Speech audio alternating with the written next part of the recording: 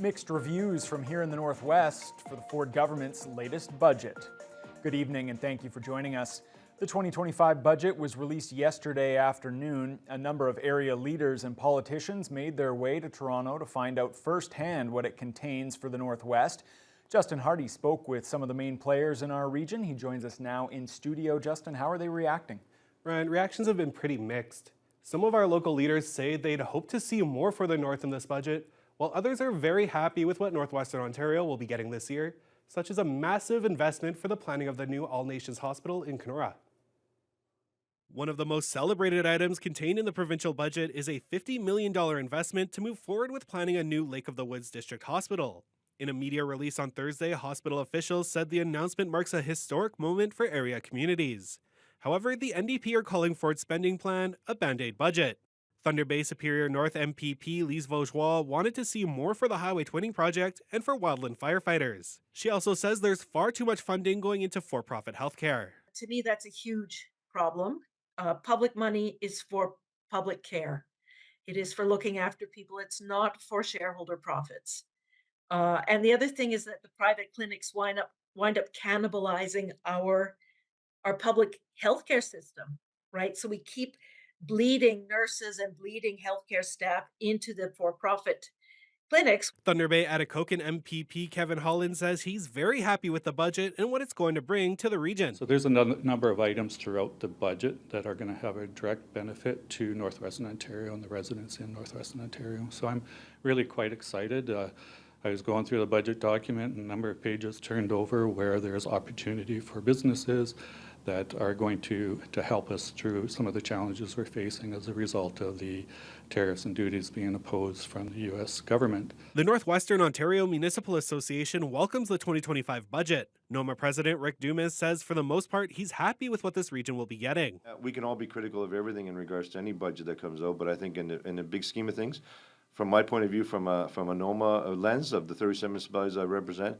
it's a good budget. And again, we will go talk to government and make sure that we bring solutions if there's some shortcomings in the budget once we get into it. We're just obviously looking at the book. It's a fairly thick book, and we'll have to get into the weeds and see what it all looks like and how does it roll out and benefit us in Northwestern Ontario specifically. Justin Hardy, TBT News.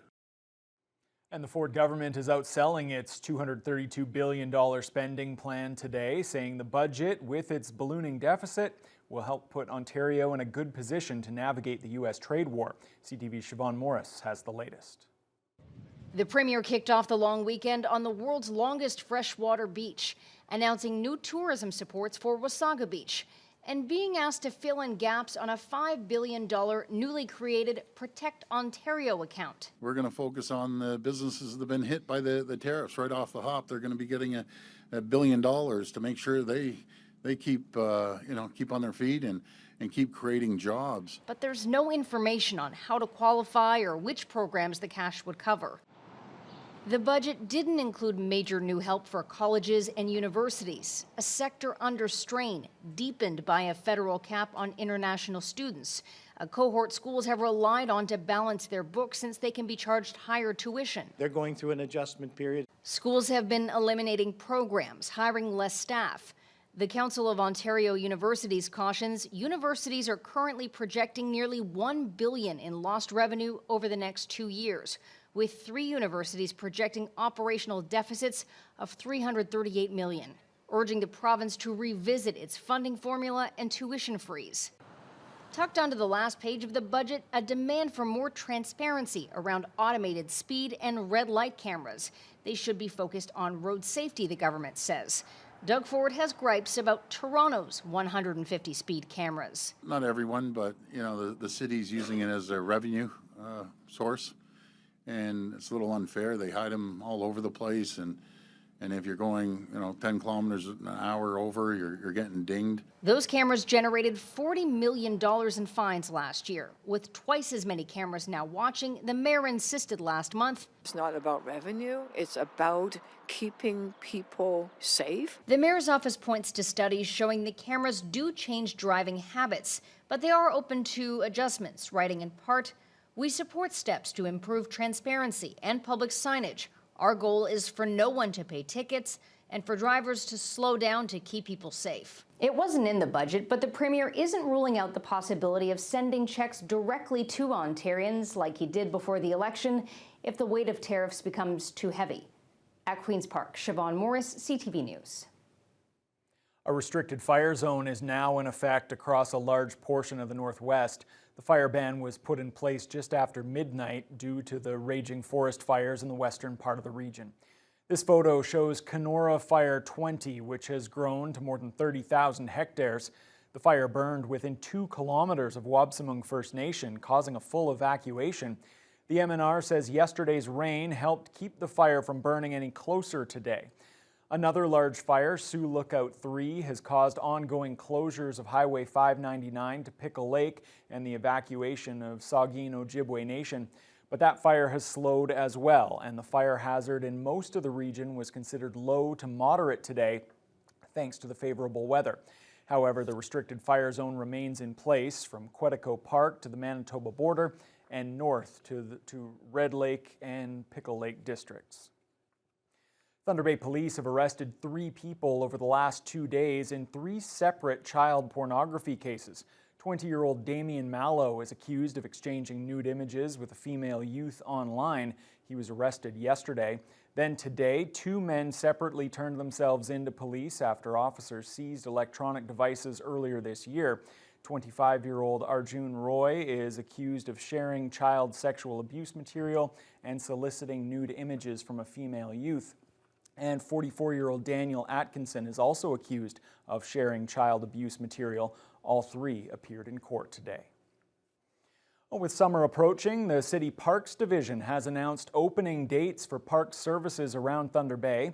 The city boat launches are now open. Golfing will begin at Chapels in Strathcona on May 22nd, and the rides at Chippewa Park will open on May 30th. But the troubled Muskeg Express still isn't ready to resume operating at Centennial Park. Jonathan Wilson reports. So last year, unfortunately, we had it go out of service again. City Parks Manager Corey Halverson says after the Muskeg Express went off the rails on opening day last year, they knew the classic visitor attraction required an in-depth design review. The slow-moving train at Centennial Park has gone off the tracks at least 3 times in the past 4 tourism seasons. We spent pretty much the operating season last year getting a qualified consultant on board, someone with a fresh set of eyes to look at the ride, work with us. So they came on site and inspected it and prepared a report with recommendations that we could then follow to work towards reinstating the ride this year. Most of the design work and repairs to the train and the tracks were carried out last summer and fall, but were then put on hold for the winter months. Halverson says they're about to begin numerous trial runs to ensure there are no safety concerns and no similar derailments of the Muskeg Express. The train is actually going back on the tracks this week. We should be testing either by the end of the week, begin trial testing of the modifications we've made to address the performance issues that we've seen. We haven't designated when the ride will open. We are working towards it being reinstated and reopened, but it likely will be into June before we'll see that happen. Meanwhile, the amusement rides at Chippewa Park will all be back in operation starting on Friday, May 30th. The newly restored carousel and the other rides will be offered on weekends only to start, and then 5 days a week beginning in late June. Then when the season ends in September, work will begin on the new carousel enclosure being built onto the Chippewa Pavilion. Halverson says they're almost ready to seek contractors interested in the project, which has an estimated price tag of $2.2 million. So we are right at the final stages of getting a procurement document out for the enclosure building itself, so that we should be seeing that go public over the next couple of weeks. And the plan right now is for the construction on that to begin this fall. So it would be after the operating season for the rides. We would be moving into construction of the enclosure, with that being finished in the fall to be ready to be used next season.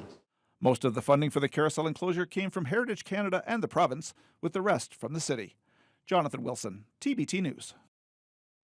Local drivers may get a break on metered parking fees as City Council will debate new free parking recommendations during its next meeting. Council rules didn't allow debate at this week's meeting, but councillors have decided to discuss and vote on the matter during the May 26th meeting. The proposal would give residents 2 hours of free on-street parking at meters and 4 hours of complimentary parking at the waterfront. City Manager John Collin notes there are 2 considerations to scaling back the parking fees. The first includes creating a long-term strategy to evaluate meter usage and turnover rates to determine future fees. The second is linking the new strategy to the revitalization of the North and South cores. Whether at the end of the day there is empirical proof that this moratorium or on some of the parking rates, this free parking for 2 hours and 4 hours at the marina, will actually make a significant difference, time will tell. That's why we're doing it for a period of time. We'll analyze the data and we will adjust accordingly. If approved, the new parking strategy will remain in place through 2027. The City of Thunder Bay remains in a strong financial position according to S&P Global Ratings. For the 4th straight year, the International Credit Rating Agency has given the city a AA+ rating, citing what it calls prudent financial management practices in the face of short-term inflationary challenges and elevated capital spending. S&P adds that it expects Thunder Bay will maintain sound financial results over the next 2 years while sustaining a low debt burden and a robust liquidity position. AA+ is S&P's second highest credit rating behind AAA. The Thunder Bay Chamber of Commerce celebrated the past, present, and future of the city's business community last night at its annual Business Excellence Awards. The evening highlighted the small, medium, and large businesses and the work they're doing to help the city grow. This year's event brought hundreds of guests to Fort William Gardens. There were 12 award categories with 64 total nominees. This year's winners included the Thunder Bay Public Library, which won the Not-for-Profit Excellence and Equity, Diversity, and Inclusion Awards. Reed's Furniture won the Customer Service Excellence Award, and Northern Peak HR won the New Business Excellence Award. Northern Peak owner Jesse Trayer notes they've been providing HR consultations in the city for over 2 years now.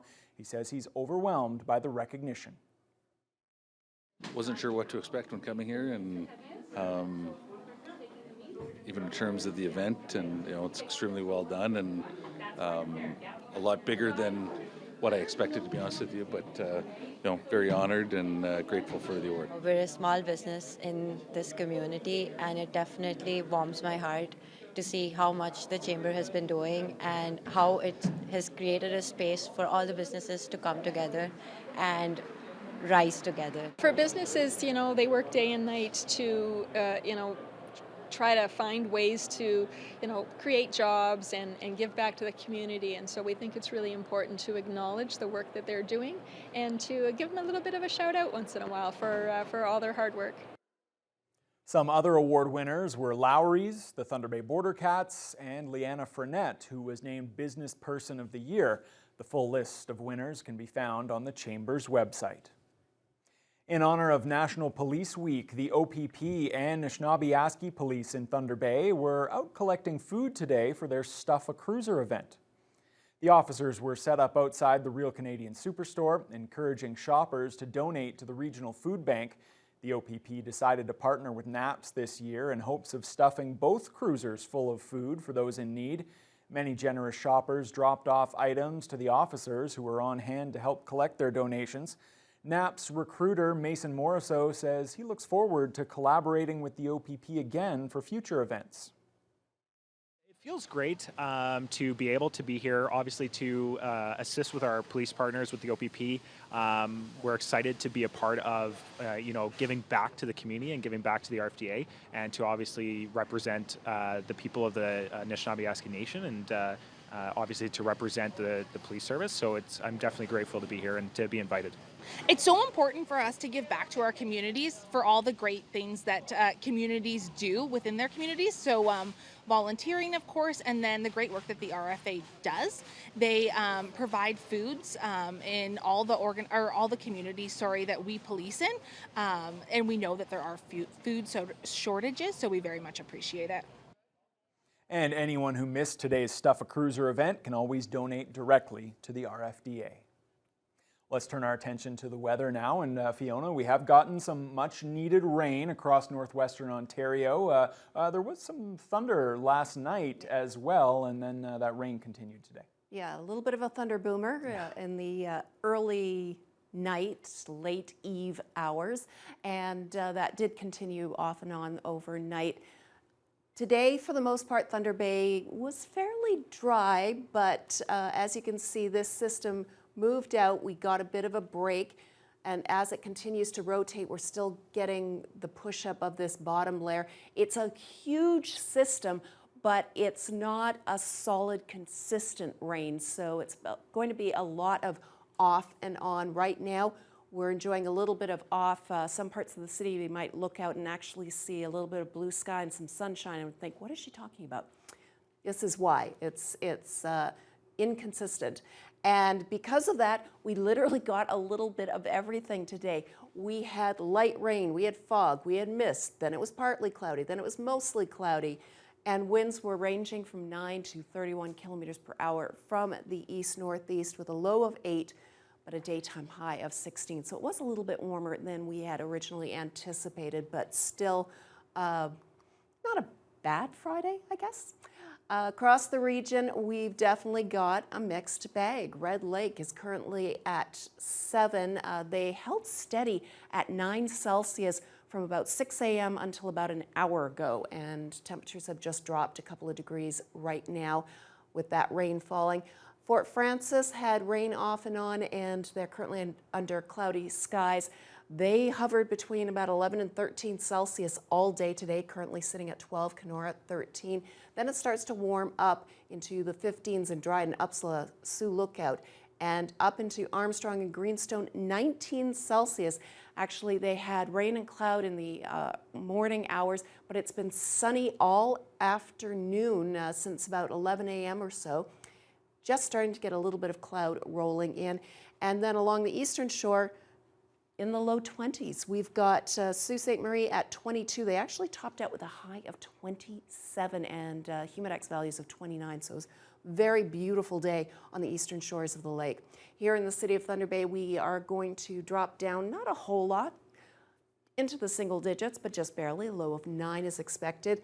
Mostly cloudy, and there's a 60% chance of showers with a risk of another evening thunderstorm, with winds very, very light from the northwest. Now, this is not necessarily the greatest start to a long weekend. I know a lot of folks had a lot of outdoor plans. It starts to taper off for Sunday. Saturday may be a bit of a washout for a lot of activity. Sunday's looking a little better, and just for you, just for the 10-mile road race, it's looking to be sunny and a very comfortable running day. Okay, well, that sounds good. And what would a May-long weekend be, Fiona, without some rain, right? I mean, we're lucky. It has been worse in the past. It has been worse in the past. So that's kind of sad, though, that's our bar. It's a low bar, yeah. All right, thank you very much.